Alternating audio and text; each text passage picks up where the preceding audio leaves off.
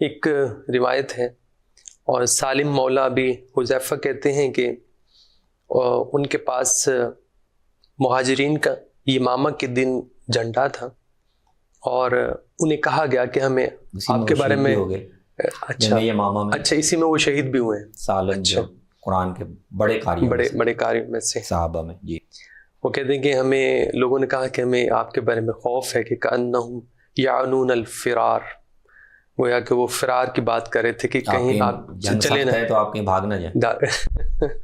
اللہ. تو انہوں نے جواب میں یہ نہیں کہا کہ میں نہیں بھاگوں گا، ان کا رسپانس بہت خوبصورت تھا، کہنے لگے کہ بئس حامل القرآن انا اذن.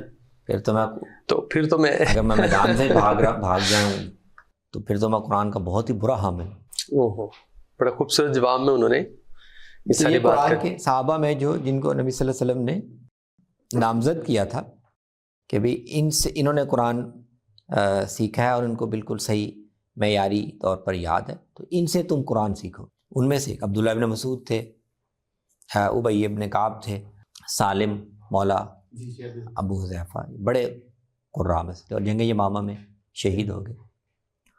تو وہ انہوں نے کیا خوبصورت کہ حامل قرآن کے کردار میں ایسا نہیں ہو سکتا کہ ایک آدمی حامل قرآن ہو اور قرآن جو وصف بیان کر رہا ہے کہ میدان سے وہ نہیں بھاگتے اور وہ بھاگ جائے. یہ کیسے ہو سکتا ہے کہ قرآن حامل قرآن کے لیے کوئی سٹینڈرڈ مقرر کرے اور وہ اس کی شخصیت میں پایا نہ جائے؟